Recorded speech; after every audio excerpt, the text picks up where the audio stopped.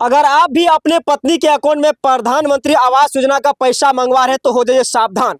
नमस्कार, मैं हरशंकर कुमार, आप देख रहे हैं अपना टॉप न्यूज।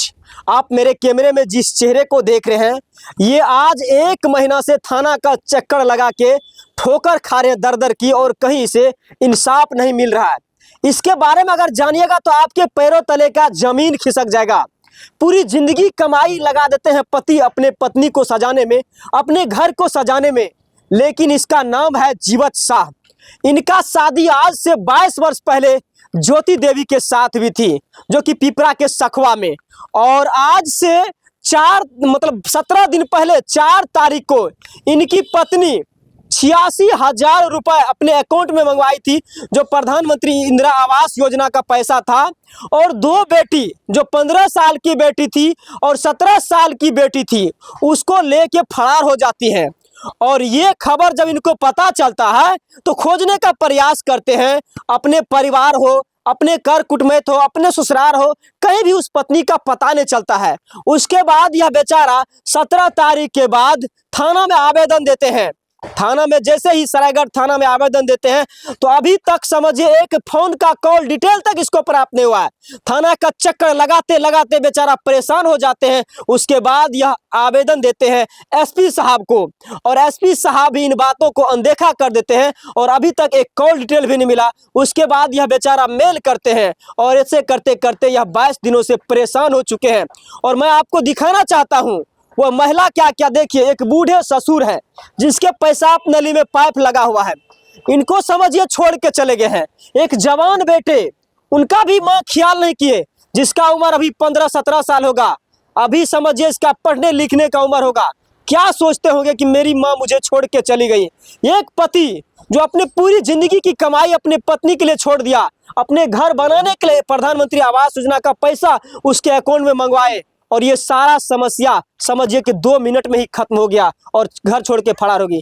क्या नाम हुआ आपका? जीवत शाह। आपका शादी कितने वर्ष पहले हुआ था? लगभग 20-22 वर्ष पहले हुआ था। 20-22 वर्ष में आपको कितने बच्चे हुए? 4 बच्चे हैं। कितने कितने, कौन कौन था इसमें? एक बेटी बढ़िया जिसका शादी हो गया, वो अपने ससुराल में रहता है। एक बेटी था जो 15 साल का, एक 17 साल का, एक लड़का ये है। कितना रुपए फरार हुआ लेके? लगभग उसके अकाउंट में 80,000 लगभग रुपया था। और घर से भी कुछ पैसा? घर से भी पैसा था, जेवर जात बीजी सब था। 1 लाख रुपया का जेवर लगभग में था। अच्छा, 22 वर्षों के दरमियान आपके मतलब आपसे पत्नी का कभी विवाद होता था क्या? विवाद तो घरेलू सबका ऐसा होता है, किसके घर में नहीं होता है।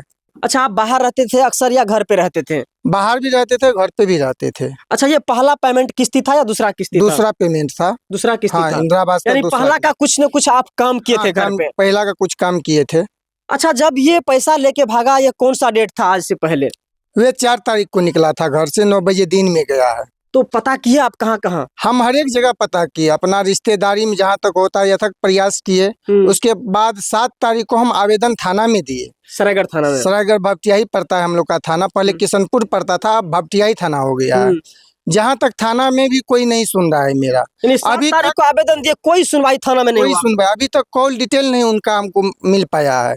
इससे ज्यादा घटना क्या हो सकता है? एक घर से एक महिला 2 बेटी को लेके निकल जाता है। आप लोग थोड़ा सा विचार कीजिए इस पे, और आप लोग से मेरा निवेदन है जो कि आप लोग भी अपना स्तर से इसका छानबीन कीजिए। इससे ज़्यादा गहरा मामला क्या हो सकता है? आज मेरे घर में ऐसा घटना घटा है, यदि ये घटना किसी नेता लीडर के घर में होता तो उसके साथ क्या होता अभी तक में, आप लोग ही बताइए। आज मेरा घर का स्थिति आप लोग देख लीजिए, दिखाइए थोड़ा सा। ये घर का जंजर कर दिया है, लेकिन मेरा कोई प्रशासन नहीं सुन रहा है।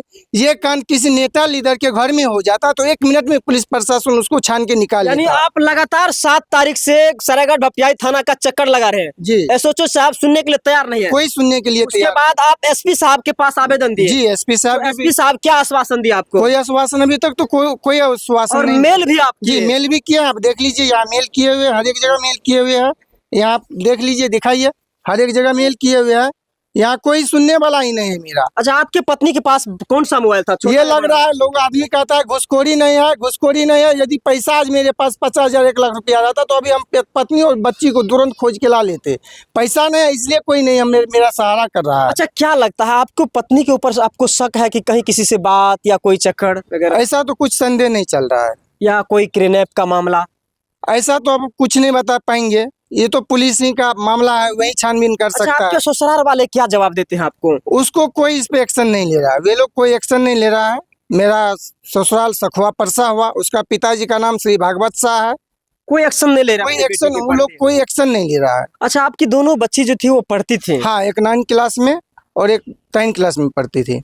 देखिए, जवान बेटी को लेके माँ फरार हो जाती है। समझिए, महिला चाहे तो घर को स्वर्ग बना सकती है, चाहे तो वह घर को नर्क बना सकती है। और यही है जीवच भाई का हाल है कि इसके पूरे परिवार को, इसके घर को नर्क बना के वह महिला चली गई। अपने 2 बेटी को लेके, अपना तो गई लेकिन साथ ही साथ अपने 2 बेटी को लेके फरार हो गई।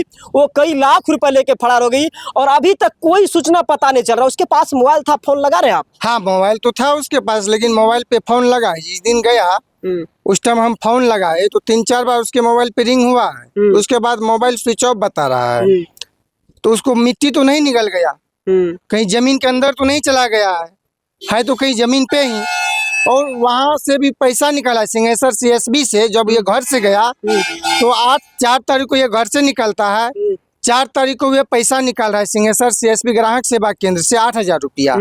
मेरे मोबाइल में मैसेज आया, उसके बाद हम उसका कॉल डिटेल निकाले तो सिंहेश्वर ग्राहक सेवा केंद्र का हमको कॉल डिटेल आया। फिर 10 तारीख को भी उसी दुकान से पैसा निकाल रहा है, फिर 11 तारीख को भी 10,000 रुपया उसी दुकान से निकाल रहा है। जब हम वहाँ पहुँचे तो वहाँ हमको CCTV कैमरा का फुटेज चेक करवाने के लिए बोले, तो वहाँ हमको बोला जो आपको हम CCTV कैमरा का फुटेज नहीं देंगे, ये प्रशासन को हम आएगा तो हम प्रशासन को ही देंगे। इसका सूचना प्रशासन को दिया आप? हाँ, ये सूचना हम प्रशासन को दिए। जो वहाँ फुटेज है आप लोग जहाँ सजा करके वहाँ चेक कीजिए, तो अभी तक उसके भी कोई कानूनी कार्रवाई नहीं किया गया। प्रशासन चाहता तो 24 घंटे में इसकी पत्नी का कॉल डिटेल मोबाइल निकाल के इसके हाथों में थमा देते, और प्रशासन चाहता तो इसके पत्नी और बच्चे को घर ला के देते, लेकिन अभी तक ऐसा कुछ नहीं हुआ। तो क्या चाहते हैं पुलिस प्रशासन से आप? अब क्या चाहेंगे, ये तो पुलिस प्रशासन को हम क्या कह पाएंगे। हम तो अपना पुलिस प्रशासन से जाते जाते मेरा पैर खिया गया अभी तक में। देखिए, एक बुजुर्ग चाचा जो ससुर है, इसका हालात देखिए। अभी समझिए, इन लोग अभी खाना सही से नहीं खा पाते, कौन इनके घर में खाना बनाएगा? क्या नाम है आपका? सुनी सौ।